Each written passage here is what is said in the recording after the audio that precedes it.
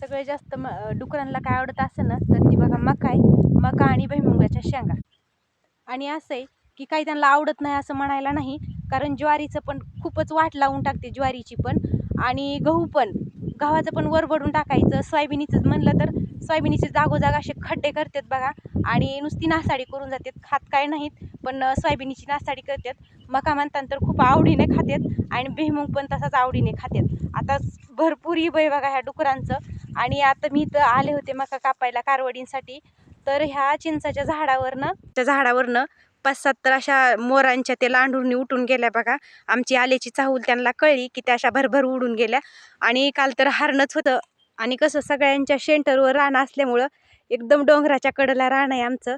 पहिलं आलं की आमच्या चितं त्यांना आलं की पहिलं आमच्या चितलं धान भेटतं आणि इथंच शिरतात बघा. कारवडींसाठी जाऊन आणली बघा मक्का. आता ह्या काही दिवसभर खात्यात बघा.